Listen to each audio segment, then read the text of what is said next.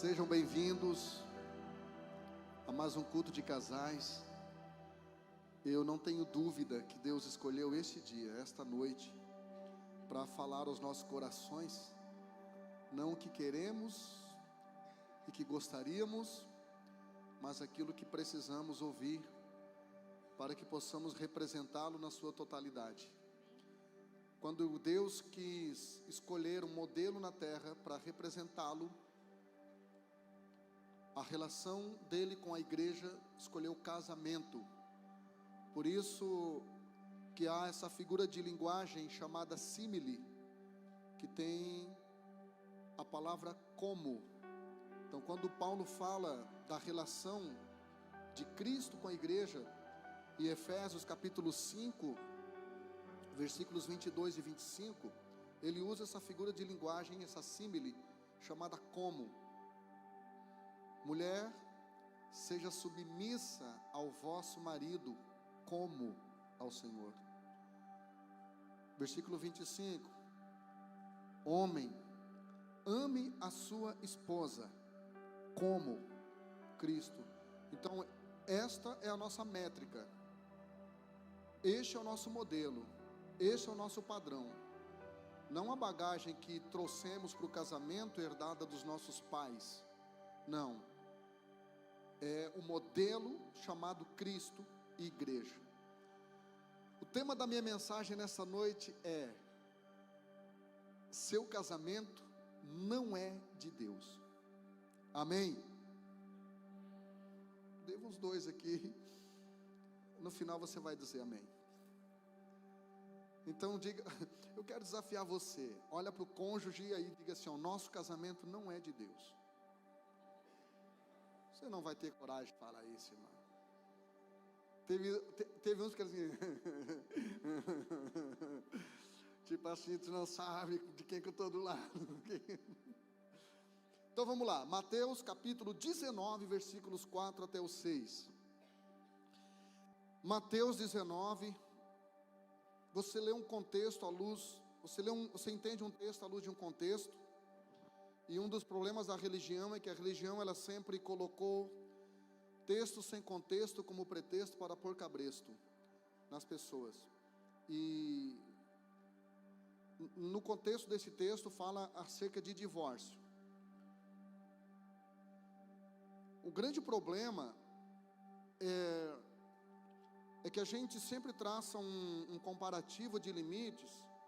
Quando a coisa é boa, a gente traça um comparativo de limites por baixo. Tipo assim, quantas vezes eu posso ficar sem vir na igreja sem quê? Qual é o mínimo que eu tenho que orar sem quê? E quando a coisa é ruim, a gente trata um comparativo de limites para cima. Até quanto eu posso beber?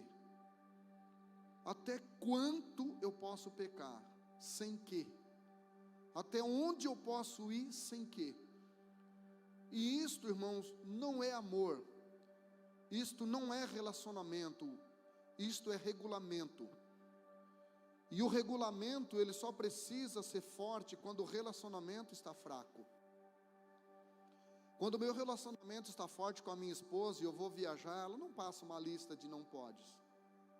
Ela olha para mim e diz: amor, tu sabe que eu te amo, né? E isso basta, porque quando o relacionamento é forte, o regulamento não precisa ser forte, ele pode ser fraco. Então, quando você lê esse contexto, a Bíblia diz no versículo 3 que alguns fariseus, quem eram os fariseus? Eram líderes religiosos, eram pessoas perfeccionistas no que diz respeito à interpretação da lei. Eles eram minuciosos na interpretação da lei. Tudo aquilo que eles faziam era de forma minuciosa, era de forma perfeccionista. O problema do fariseu é que ele confunde perfeccionismo com santidade. Na santidade, o nosso modelo de santidade é Deus. No perfeccionismo, o modelo de perfeição sou eu. Na perfeição, o modelo é Deus. Ele disse: sede perfeito porque eu sou perfeito. Mas no perfeccionismo o modelo sou eu. Então, se eu sou um marido perfeccionista, eu quero criar uma esposa à minha imagem e semelhança dentro das minhas exigências. Então, na época de Jesus, existia um teólogo muito forte chamado Hillel.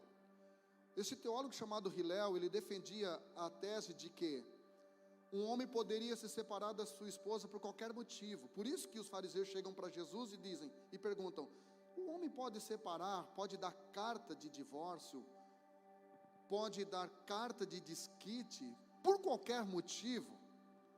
Na verdade, eles queriam pegar Jesus. E é esse qualquer motivo que o Hillel defendia. Ele dizia: olha, se o arroz ficar insonso ou salgado demais, pode separar. Então, Jesus, quando ele percebia uma pergunta capciosa, uma pergunta maliciosa, ele sempre respondia essa pergunta com outra pergunta. E aí ele começa falando aqui no versículo 4: vocês não têm lido como é que era no princípio? Vocês fariseus são tão minuciosos na interpretação da Bíblia, que vocês não percebem a essência dessa Bíblia. Vocês não percebem que a tônica da pergunta de vocês não deve ser sobre o divórcio, e sim sobre o casamento. Porque a Bíblia não diz que Deus ama o casamento. A Bíblia diz que Deus odeia o divórcio. Amém? Então, a Bíblia não diz que Deus ama o casamento, ele só diz que Deus odeia o divórcio. Então, a tônica da pergunta deve ser em torno do casamento, irmão. Os nossos questionamentos com Deus não devem ser em torno do pecado. Até que ponto eu posso, sem que? Não, a tônica da nossa pergunta com Deus é: me diz o que eu devo renunciar que nem é pecado, para demonstrar minha paixão, meu amor por ti e pelas pessoas, inclusive, principalmente a minha esposa. Então vamos lá, Mateus capítulo 19, versículo 4 diz: ele, porém, respondendo a pergunta dos fariseus sobre se era lícito abandonar a esposa ou dar divórcio, carta de divórcio por qualquer motivo, ele diz: ele, porém, respondendo, disse-lhe: não tendes lido que no princípio o Criador fez macho e fêmea? Olha que faz parte, esses dois versículos fazem parte da mesma resposta, perguntando de Jesus. E ele disse: portanto, deixará o homem pai e mãe, e unir-se-á a sua mulher, e serão os dois uma só carne. Veja que nesse texto aqui existem 3 verbos: deixar, unir e ser. Deixará o homem pai e mãe, não no sentido de abandono, mas no sentido de cortar o cordão umbilical, no sentido de se desvencilhar das emoções. Unir-se-á, verbo unir, deixar unir, e ser, os dois serão. Jesus disse: se vocês praticarem esses 3 verbos, o casamento de vocês vai ser top. Porque o grande problema das pessoas é que elas entram num casamento presente, mas não se desvencilham do modelo do passado, dos pais. Elas trazem uma bagagem. Jesus disse: o grande problema é que as pessoas vêm para o casamento, mas não se unem. Então, unir-se-á. A palavra união, na etimologia hebraica, quer dizer 2 donos da mesma coisa. Então, irmão, um casal não pode ter 2 caixas. Essa é a sua renda, essa é a minha renda. Esse é o seu salário, esse é o meu salário. Não, os 2 precisam ter um só caixa. Então não é quanto você ganha e quanto a sua esposa ganha, é quanto vocês 2 ganham, ainda que ela não trabalhe no secular, não trabalhe fora. E por último, serão, o verbo ser. E aqui Jesus ele explica qual é o grande problema do relacionamento moderno. As pessoas estão mais focadas no ter do que no ser. Amém ou não amém? Aí, agora vem o versículo que todo mundo cita errado. Por favor. Assim, não são mais 2, mas uma só carne. Portanto, o que Deus ajuntou, é não separe ou não separa? Tem diferença? Total. Ali não está dizendo que o homem não vai conseguir separar o que Deus uniu, porque Deus não une pessoas, Deus une propósito. Aqui está dizendo o que Deus uniu, não está falando de pessoas, está falando da instituição, que o homem não separe, que o homem não trabalhe para desmantelar essa instituição chamada casamento. Irmão, o que une pessoas é a carência. Deus une propósitos. Por isso eu te digo, o casamento é de Deus, mas o seu casamento, o meu casamento, o nosso casamento não é de Deus, é nosso. Se fosse de Deus, nós estaríamos vivenciando o mais alto nível de realização. Se o meu casamento fosse de Deus, eu e minha esposa estaríamos transando todo dia. Se fosse de Deus, eu nunca lhe ofenderia. Eu nunca deixaria de secar a louça. Aliás, eu ia pegar a toalha antes dela pedir. Então, queridos, a gente gosta de romantizar as coisas, espiritualizar as coisas, para transferir para Deus responsabilidades e omissões que são nossas. Quem está me entendendo aqui, irmão? Então você vai entender que o seu casamento não é de Deus. Se o casamento fosse de Deus, não precisava existir namoro, irmão. Para que serve um namoro? E o que é namoro? Namoro é a antessala do casamento, é para ver se há entre os dois compatibilidade, de propósito, de gênio, de gosto, de objetividade. Então o namoro serve justamente para isso, irmão. Por isso que quando a gente está namorando, a gente deve orar mais. Porque se orássemos mais, a oração, ela evitaria dezenas de divórcios, amém? E centenas de casamentos, amém? Vou repetir, anota aí, posta lá no Instagram, diz que a frase é tua.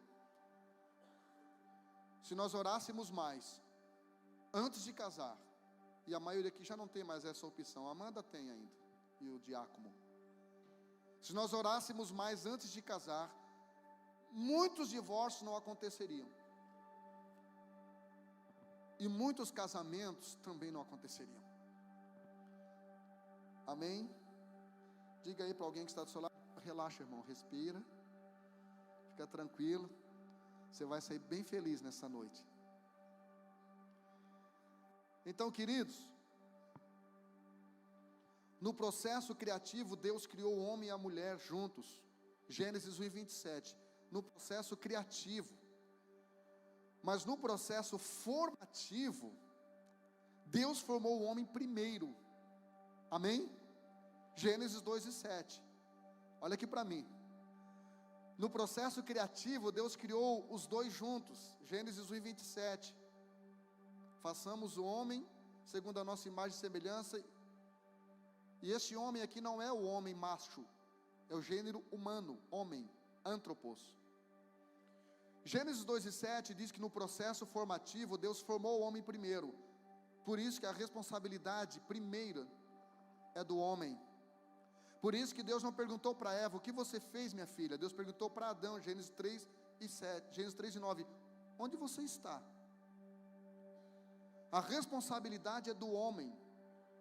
90% dos divórcios que acontecem, a irresponsabilidade é do homem. A cobrança maior é do homem. Esse dia um homem me perguntou, pastor, por que você bate tanto no homem e menos na mulher? Eu respondi, porque Jesus apanhou mais do que a igreja. A igreja não morreu numa cruz, a igreja não derramou sangue, a igreja não foi esbofeteada, a igreja não levou murro no rosto, o homem levou, Jesus levou, porque é através do sangue derramado do homem que há o processo de redenção com relação à mulher. Por isso que Jesus, ele não derramou o sangue primeiramente numa cruz, ele derramou o sangue primeiramente no jardim, porque foi no jardim que Adão caiu.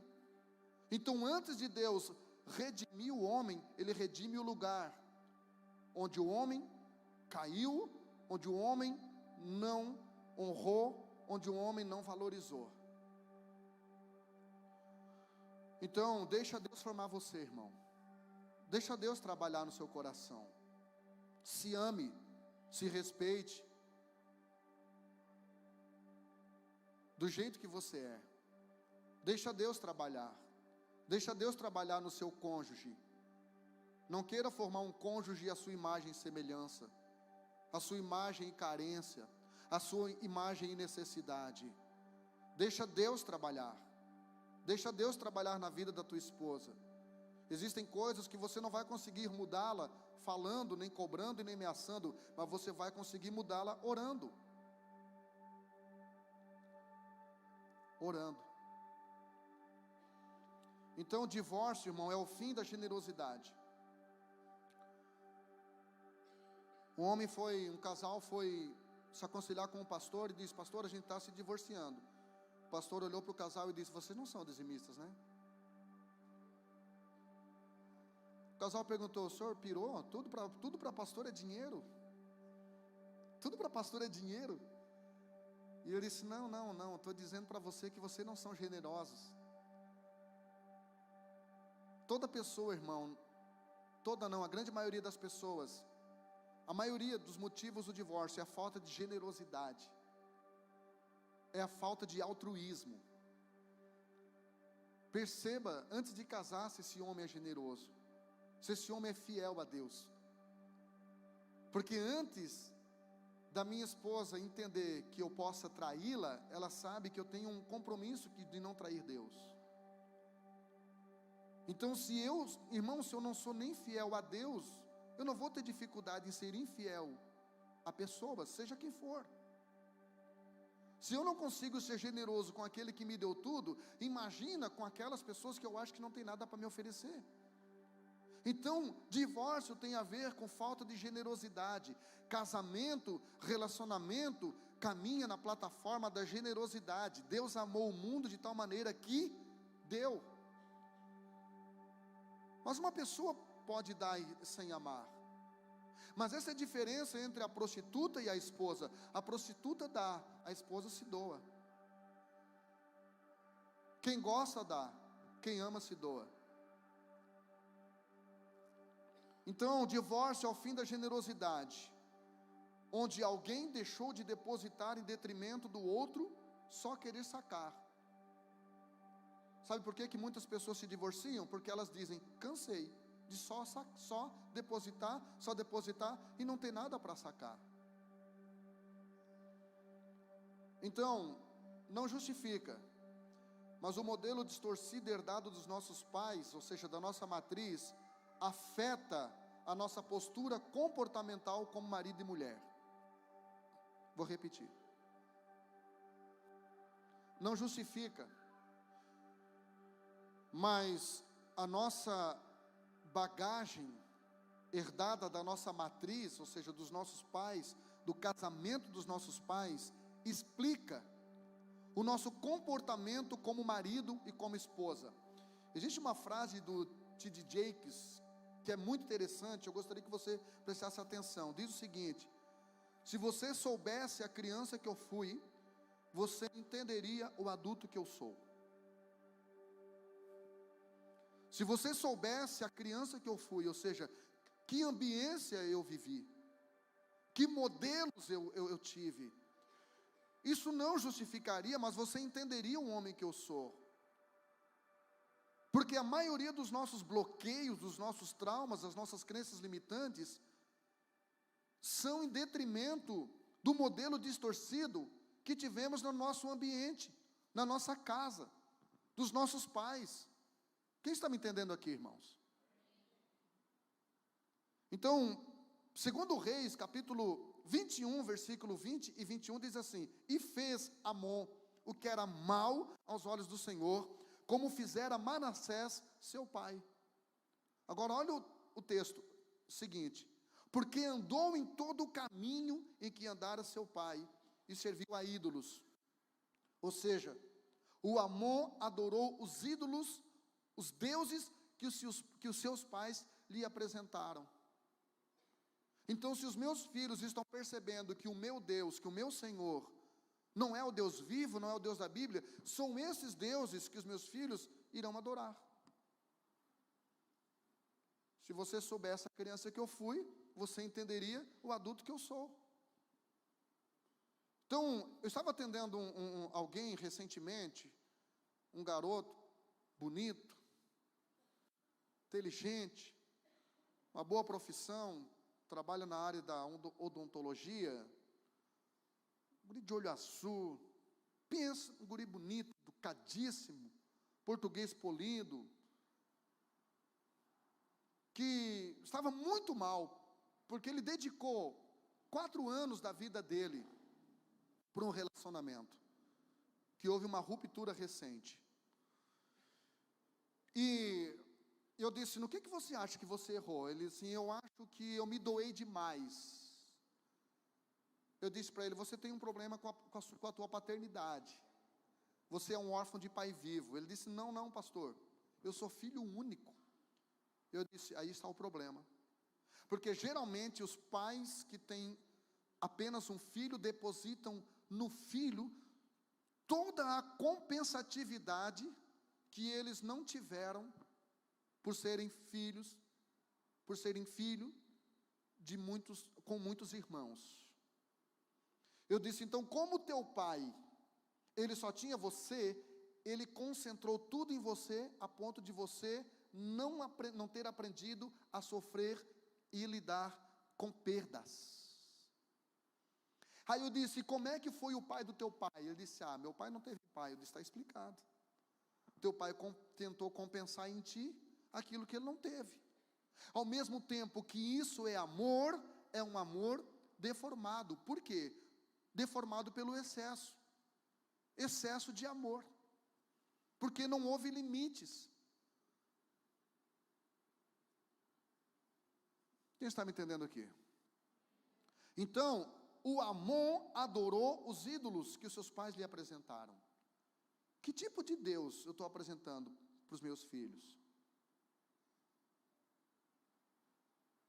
Que tipo de prioridade os meus filhos veem em mim? Quem é a minha prioridade?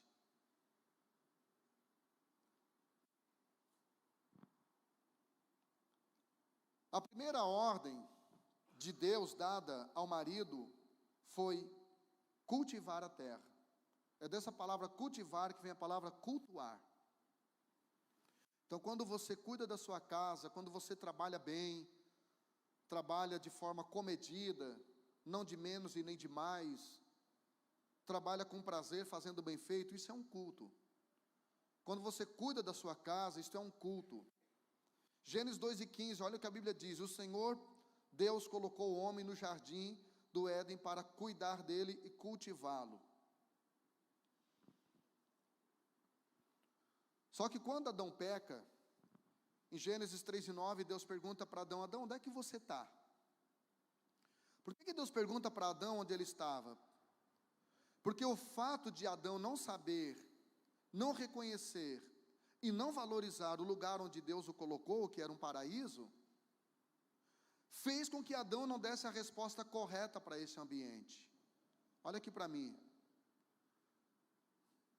Às vezes a gente vê pessoas, eu atendo pessoas que reclamam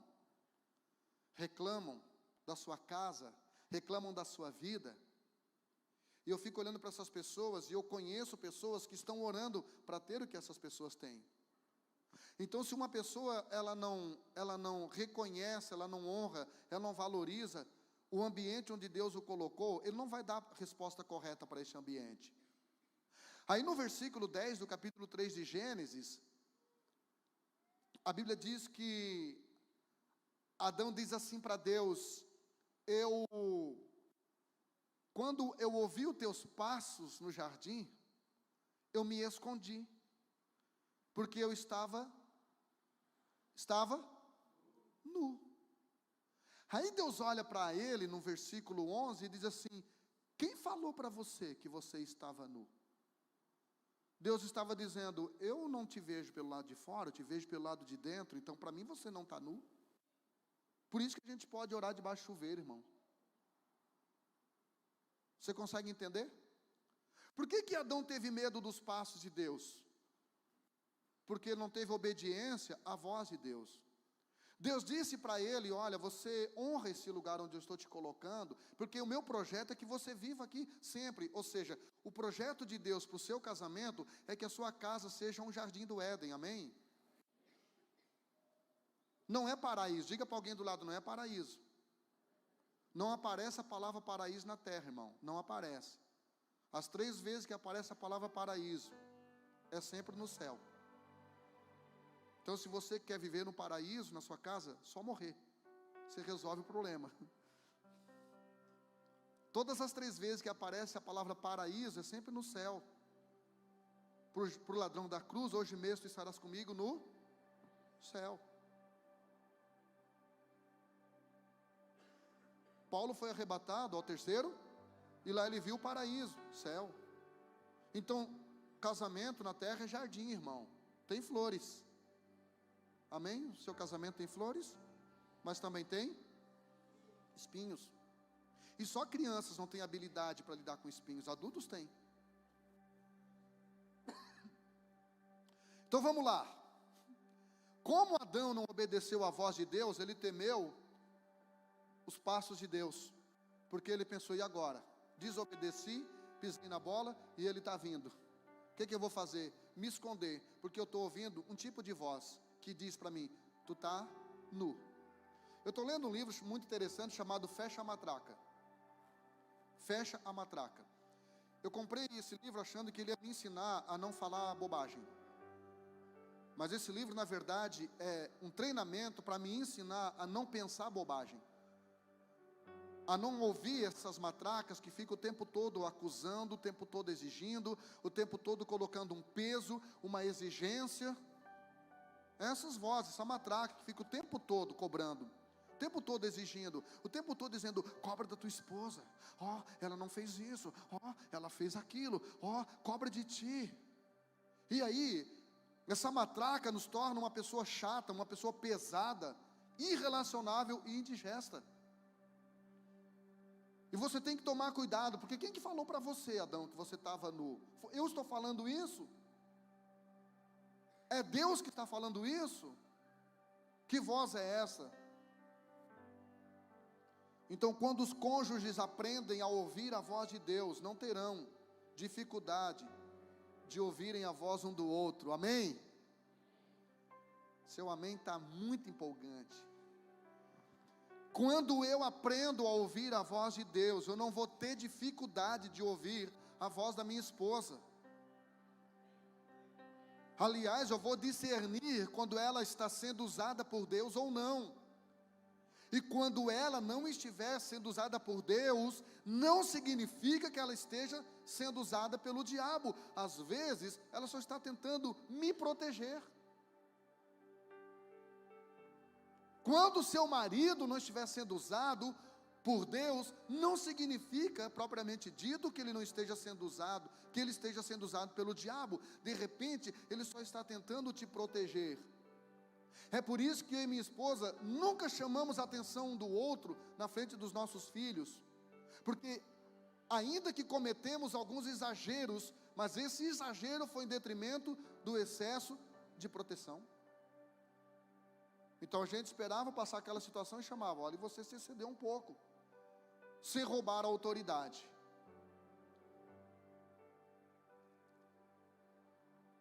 O grande desafio para o homem é ouvir na hora certa, já percebeu? Quantas mulheres concordam que o homem tem dificuldade de ouvir? Dá uma piscada bem forte assim, sem que ele perceba. Quantas mulheres já disseram assim para mim, ó: olha para mim, eu estou falando contigo. Quantas mulheres já fizeram isso? Pisca forte aí. Você sabe por que você precisou fazer isso?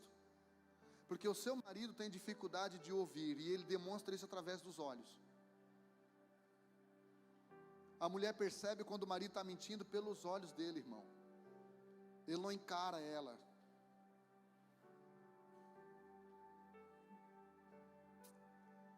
Então vamos lá. A maior dificuldade do homem é saber ouvir na hora certa. E o maior problema da mulher é quando ela fala na hora errada. Se você falar na hora errada, você não será ouvida, ainda que você tenha razão. Se você falar na frente de pessoas erradas, você vai perder a razão. E quando você brigar com seu marido, e você estiver certo e ele estiver errado, e você usar a sua razão para prejudicar o casamento, Deus vai contra você, contra seu marido e a favor do casamento. Então não perca a sua razão em detrimento da sua razão. Obtenha a razão, porque a sua razão será usada para a glorificação da instituição e não da sua emoção. Quem está entendendo aqui, irmãos? Usa a sua razão, irmão, para trazer benefício para a instituição e não para causar bem a sua emoção. Pastor, se eu tiver certo, eu vou até o fim. Isso, vá até o fim e fique sozinha com razão. Vá até o fim e deixe seu casamento, a sua casa virar um inferno com razão. Não interessa quem tem razão, o interessa é quem é feliz. E só é feliz, irmão, quem coloca a instituição acima da emoção. Por isso que eu não tenho o direito de me separar porque eu estou infeliz, porque a instituição está acima do meu estado emocional. A não ser que esta relação esteja sendo abusiva, coerciva, esteja sendo violenta. Aí mesmo que não haja traição, o cônjuge sim, principalmente a mulher, tem todo o direito de se autoproteger, se afastando e colocando um limite protetivo de aproximação. Então, o seu casamento ele vai começar a ser de Deus quando você começar a agir com sabedoria. Diga comigo, sabedoria. Não é só conhecimento. Nós estamos vivendo a geração mais conhecedora de todos os tempos e menos sábia. Hoje a internet nos oferece um cabedal de informações e de conhecimento. Só que a mesma internet que aproximou o que estava longe, ela distanciou quem estava perto. Então não é só conhecimento. E o Tiago Brunelli dá uma explicação top sobre isso, a diferença entre conhecimento e sabedoria, que você já me ouviu algumas vezes. O que é conhecimento, pastor? O tomate é uma fruta. O que é sabedoria, pastor? Não colocá-lo nas saladas de frutas. Porque sabedoria é você colocar cada coisa no seu devido lugar. O meu casamento vai se tornar de Deus quando eu colocar cada coisa no seu devido lugar, quando eu aprender a estabelecer prioridade. Então o seu casamento, ele não será de Deus quando você colocar Deus como o primeiro da sua lista, amém? Porque Deus não tem que ser o primeiro da sua lista, Ele tem que ser a lista. E todas as coisas que acontecerem dentro dessa lista, precisam acontecer nele, para a glória dEle. Você vai trabalhar para a glória dEle, você vai transar para a glória dEle. E é por isso que você não vai forçar a sua esposa a satisfazer as suas fantasias. Porque se você quer uma mulher que faça todas as fantasias, case com uma costureira de escola de samba, não com uma mulher. Honre a sua esposa, tenha limites, seja santo e seja feliz.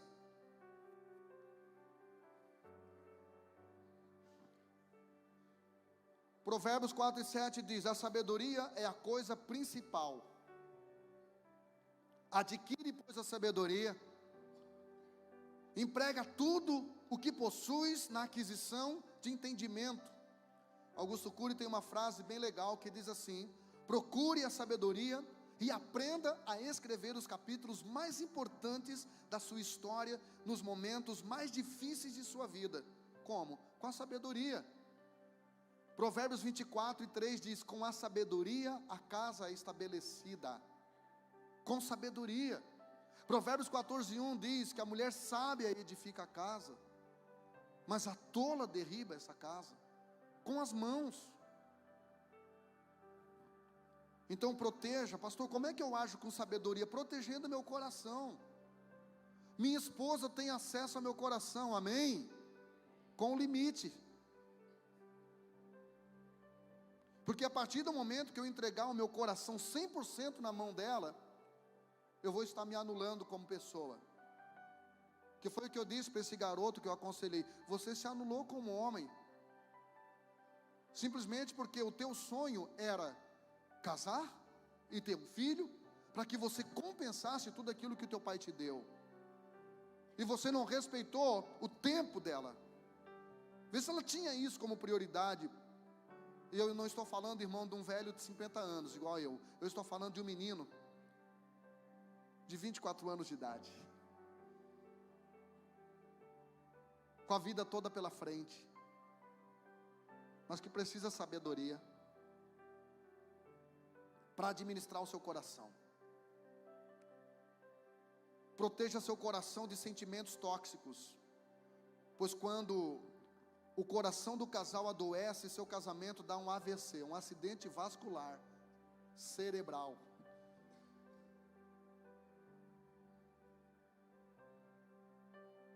Quando o coração do casal adoece, o casamento dá um AVC. Provérbios 4:23, sobre tudo que se deve guardar, guarde o seu coração, porque dele procede a fonte da vida. Olha aqui para mim, gente. Há no seu coração uma fonte. Amém? É por isso que você não precisa de nada. Então não procure um cônjuge para te completar. Você já tem a fonte, irmão. É a fonte que enche a caneca, não é a caneca que enche a fonte. Eu já tenho tudo que eu preciso. Eu já sou bem resolvido. Eu não transfiro para a responsabilidade o peso de ter que me fazer feliz e me satisfazer o tempo todo.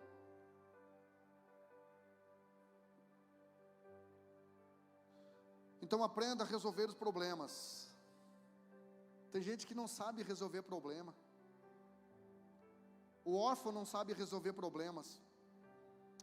O órfão é o maior resolvedor de problemas, mas ele não sabe resolver problemas. A orfandade tem uma vantagem. A orfandade me dá individualidade. Então, como eu não tive um pai que resolvia tudo por mim, eu aprendi a resolver. Só que ela também me trouxe um peso, uma exaustão emocional. Por quê?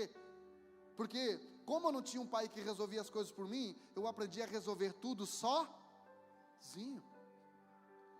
E aí eu vou para um casamento e eu quero resolver tudo sozinho.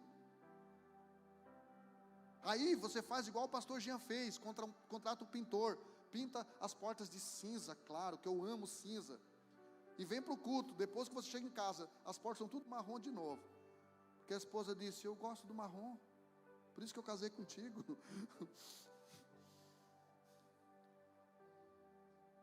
Quem tinha razão, irmão? Fala para mim.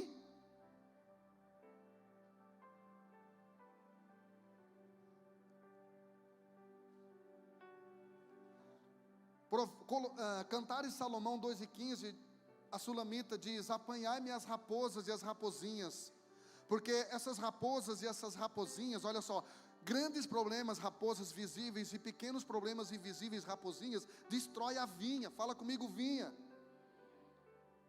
Em Mateus capítulo 21, versículo 28, Jesus disse: que vos parece? Um pai tinha 2 filhos, e chegando para o primeiro disse: filho, vai trabalhar na minha vinha. O primeiro milagre de Jesus em Lucas capítulo 2, em João capítulo 2, foi transformar água em vinho. É o fruto do quê? Da uva. E uva é a fruta do quê? Da vinha. Então Jesus não quer que a minha vinha vire um vinagre. Porque tem marido, irmão, que parece um vinagre. Era para ser vinho, virou vinagre. E a mulher também já vem toda vinagrete também, toda. E os filhinhos já vem tudo vinagrinho também, já tudo ruim, irmão, tudo difícil, já tudo.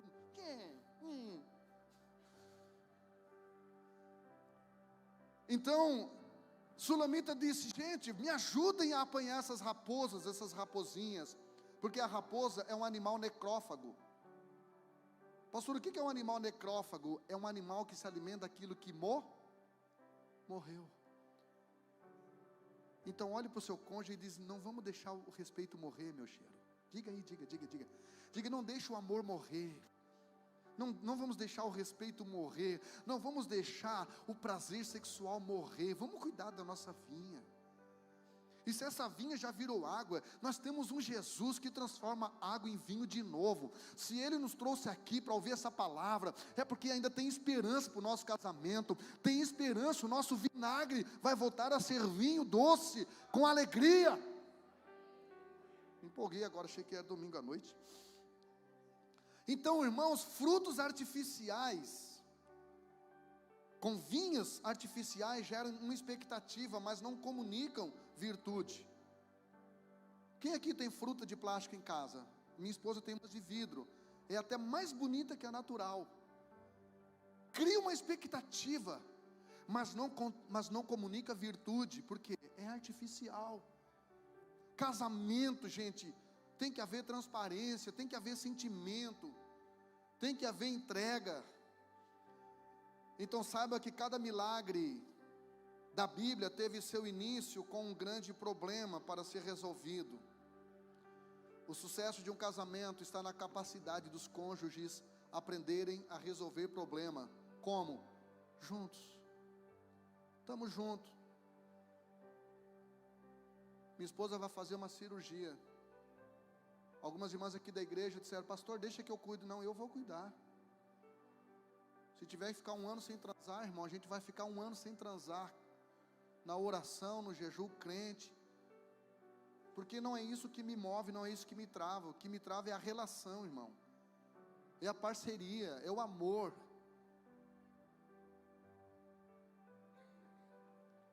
O casamento é a lavoura onde os cônjuges não levam enxada, só levam uma pá de espalhar.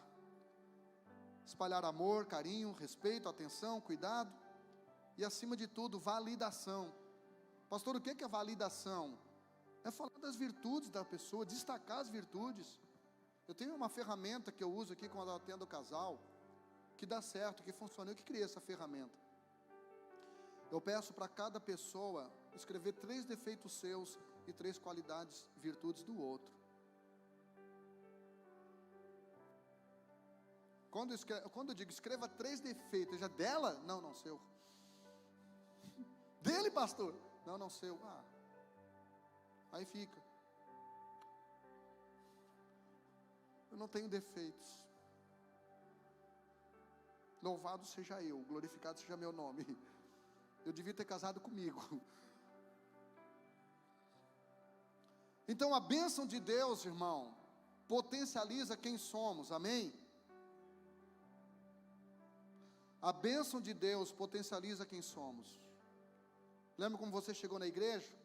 Alguns de nós aqui, a maioria de nós, talvez, ferrados, problemas financeiros, problemas emocionais, problemas relacionais. Aí Deus abençoou, e com a bênção de Deus, isso potencializou quem nós éramos de verdade, irmão. Espirituais ou carnais, humildes ou arrogantes. E o fulano começou a ganhar dinheiro, mudou. Ele não mudou, ele se revelou. O fulano, depois que começou Deus usá-lo, mudou. Ele não mudou, ele se revelou, irmão. As bênçãos de Deus, as coisas boas, o poder, o sexo, o dinheiro, só revela quem eu sou. Por isso que eu digo que casamento não muda defeitos e qualidades. Não muda, personalidades. O casamento, ele maximiza defeitos e qualidades. Só maximiza, ele só potencializa. Quem está entendendo aqui, diga eu. Então, querido, a mesma água quente que amolece a cenoura, endurece o ovo. O que você tem feito com o que Deus tem te dado? Como você tem sido gestor do que Deus tem te dado? Pastor, hoje eu sou assim, duro, porque eu já sofri muito. Irmão, tudo que você sofreu e que Deus permitiu, não foi para te deixar mais duro, foi para te deixar maduro. O seu passado não é um opressor, é um professor para a sua vida. Então Deus está testando você em cada nível da sua vida. Dê resposta correta, irmão. Não se embriague com tão pouco. Seja generoso, seja humilde, continue sendo humilde. A palavra humildade é ímã. O que o ímã faz? Fala para mim, gente. Pastor, eu sou muito humilde. Pastor, eu sou muito humilde. Ninguém gosta de estar perto de mim, mas eu sou humilde demais. É humilde mesmo. Porque o ímã atrai pessoas. O ímã faz com que os meus filhos queiram estar todo dia lá em casa. Eles não vão mais porque eu proíbo um pouco. Porque enquanto não sair, não parava de incomodar, né, irmã? Agora quer estar todo dia, irmão, dando despesa. Isso não é de Deus. Mas o ímã, ele atrai pessoas. E não só atrai pessoas, o ímã, ele atrai bênçãos. Eu profetizo que vocês vão sair daqui todos ímã nesta noite. Então vamos lá, pastor, como é que eu faço para saber se eu sou arrogante? Porque arrogância, irmão, é igual mau hálito, quem tem não sente. Como é que eu faço para saber se eu sou humilde? Quem sente mau hálito, irmão, é quem está pertinho. É igual cheiro de axila. Você acha que você é o Dove, mas quem está perto, que CC é esse, meu Deus do céu? Então vamos lá, vamos fazer um teste? Vamos fazer um teste? Somos arrogantes? Só o rei, tem dois aqui. Vamos lá. A primeira coisa que uma pessoa arrogante faz, ela interrompe o cônjuge com frequência. Você já viu aquela pessoa assim que não deixa o outro falar? Irmão, é claro que em todo casamento, sempre tem alguém que é mais falante que o outro. Amém?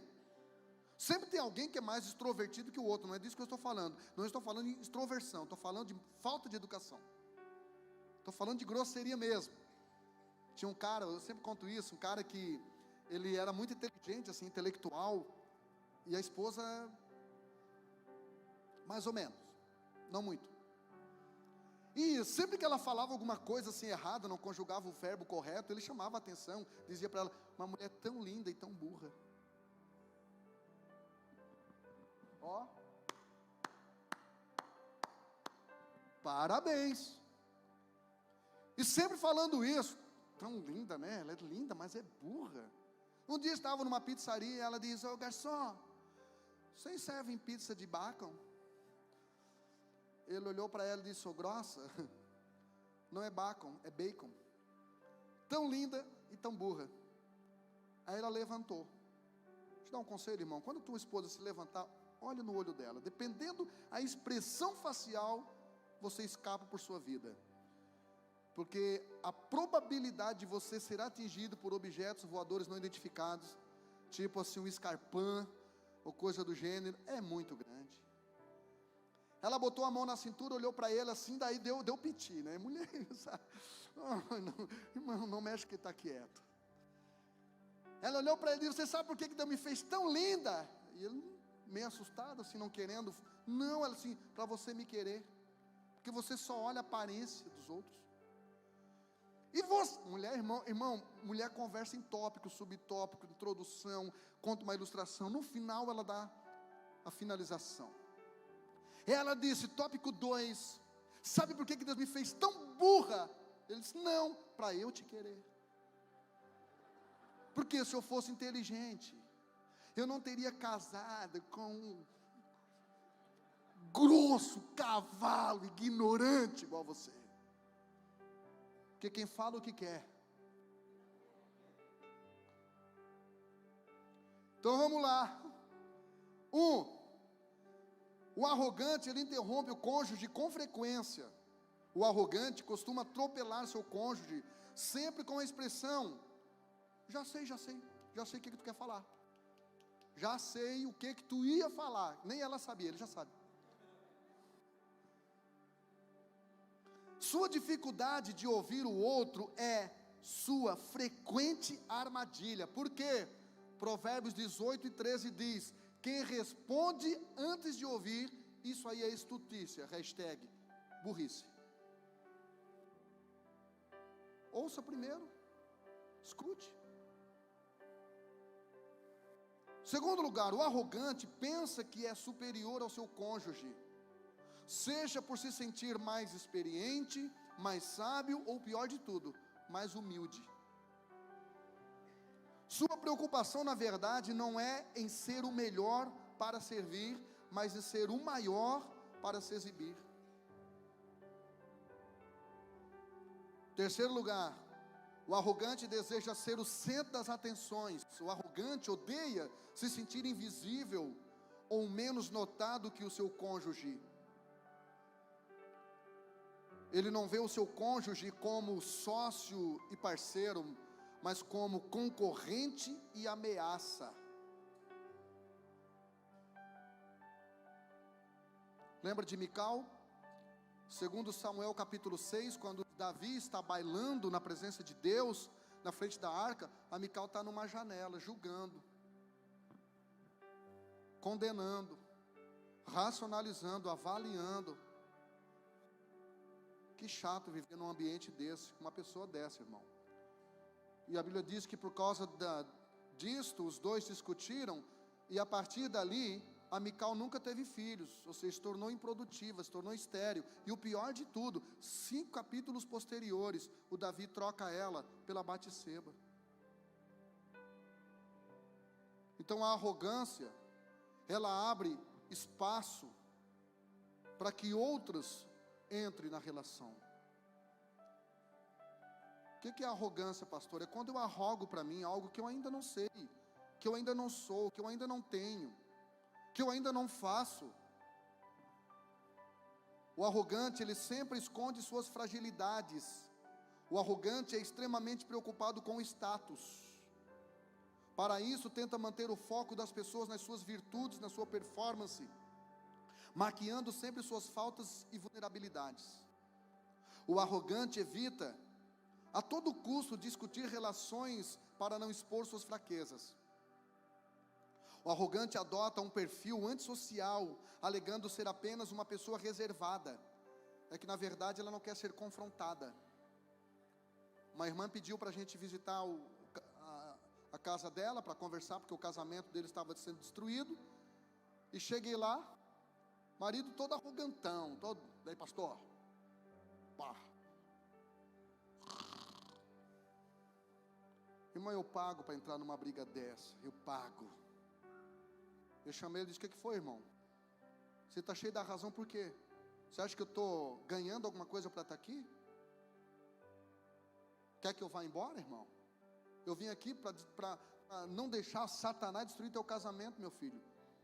Você nem crente não é, você nem dizima na minha igreja, então deixa eu te ajudar, não seja arrogante. O irmão baixou a bola e estão casados até hoje, graças a Deus. Então, irmãos, às vezes o arrogante, ele precisa ser confrontado, não afrontado. Que tem gente que está numa M se achando ainda. Provérbios 28:13 diz: quem tenta esconder os seus pecados não terá sucesso na vida, mas Deus tem misericórdia de quem confessa os seus pecados e os abandona. Então não seja arrogante, irmão.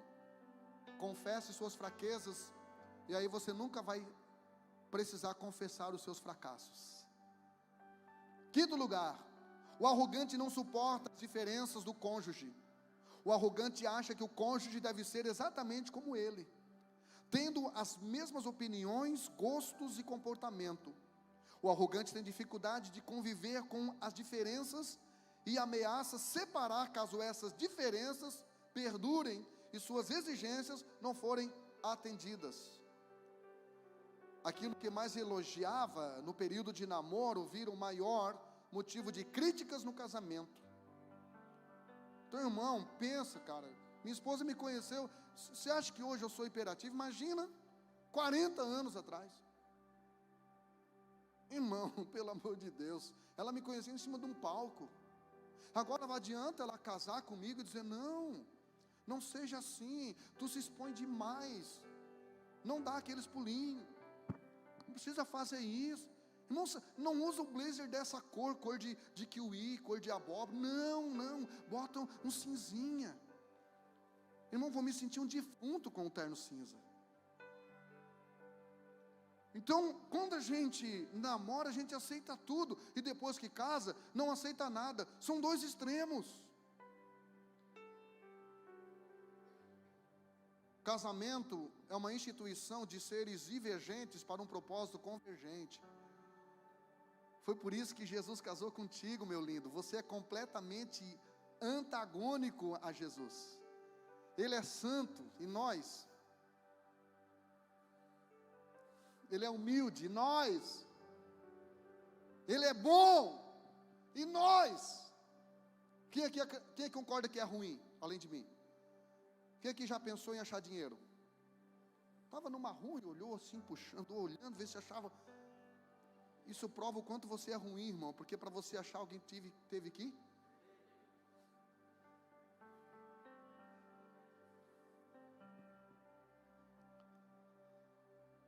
Irmão, o arrogante não consegue tratar bem a sogra.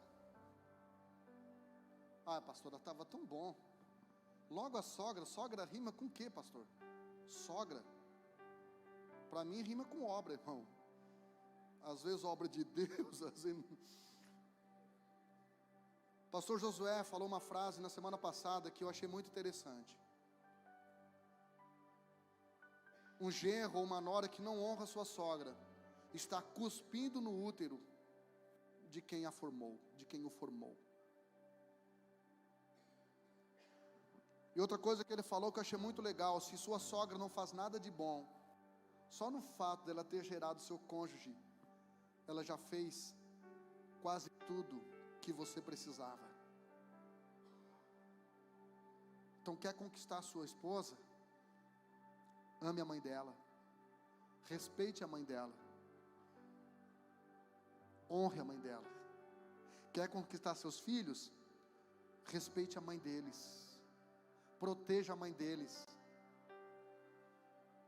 ame a mãe deles, seja fiel à mãe deles. Eu quero concluir citando Provérbios 18 e 22, que diz: aquele que encontra uma esposa, ou aquele que encontra um esposo, acha o bem do Senhor, e alcançou a bênção do Senhor.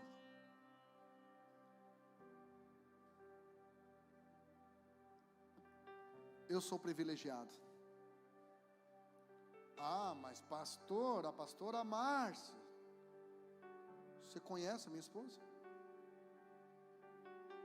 Irmão, quem ora para ela pensa que ela é da paz. E ela é da paz. Mas também ela sabe entrar em guerra com estilo, irmão. Bem de boa, bem tranquila. Se precisar entrar na guerra, ela entra. Com bomba nuclear, tudo que tiver na mão, ela... Minha esposa veio de um lar completamente desconfigurado. Pai alcoólatra, mãe feminista, porque teve que assumir o papel em detrimento da omissão do marido, mãe autoritária, com disfunção sexual. É desse lar que a minha esposa vem. E eu, para ajudar, pai, era sócio da zona. Alguém sabe o que é zona? Não é bairro não, é zona, é casa de meretriz mesmo. Pai alcoólatra. O meu pai tinha um comportamento tão agressivo, que quando a minha irmã o via vindo do bar, ela desmaiava, só em eu vê-lo.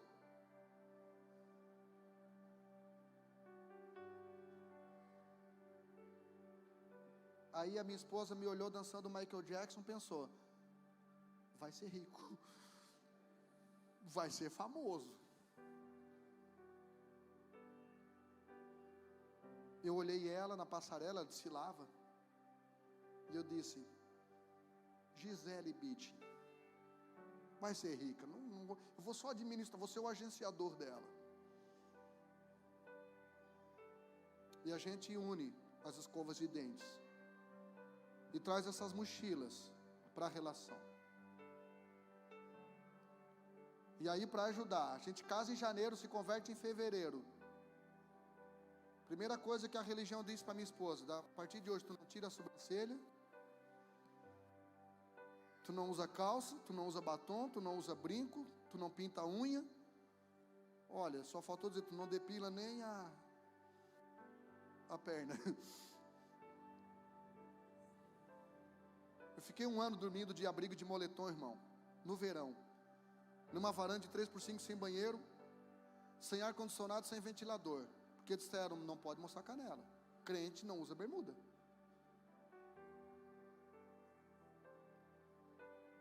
Dez anos sem TV.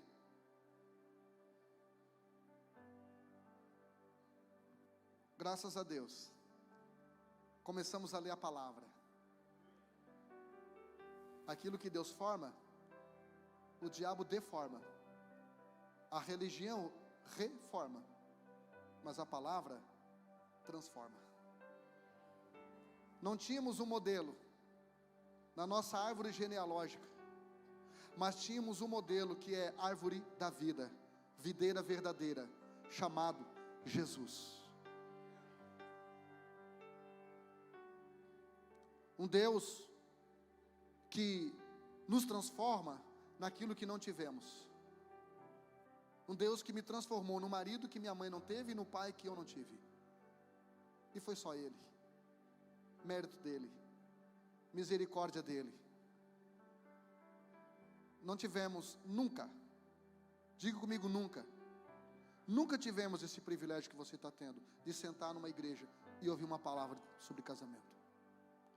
Aliás, quando eu escrevi o primeiro livro, Família à Luz da Bíblia, e comecei a ensinar sobre esse assunto, o pastor me chamou e disse, pastor, toma cuidado. Eu disse, por quê? Você está falando muito de relacionamento e muito de sexo. Eu disse, e aí? Ele disse, então, a cidade é pequena, se você trair a tua esposa, o escândalo vai ser grande, toma cuidado.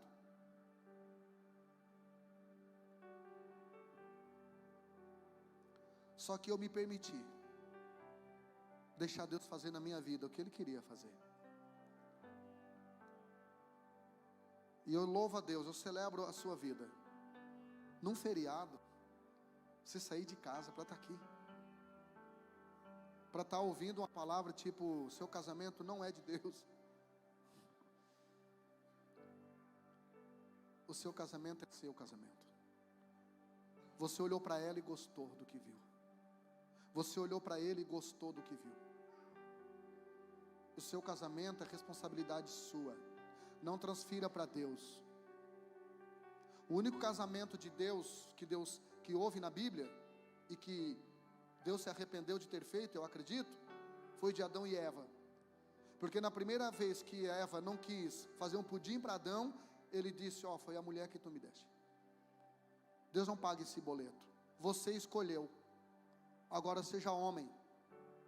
Você escolheu, agora seja mulher. Coloque seu casamento nas mãos de Deus, devolva para Deus. Invista no seu casamento, porque quem investe no casamento não gasta com divórcio. E procure reconfigurar o seu casamento no modelo mais próximo possível da relação de Jesus com a igreja. Fique em pé aplaudindo ao Senhor.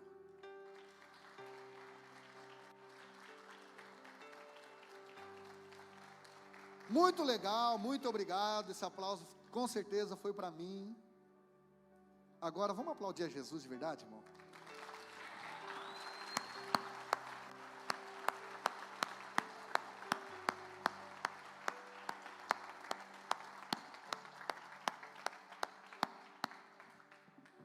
De novo, celebra a sua vida por você estar aqui num feriado.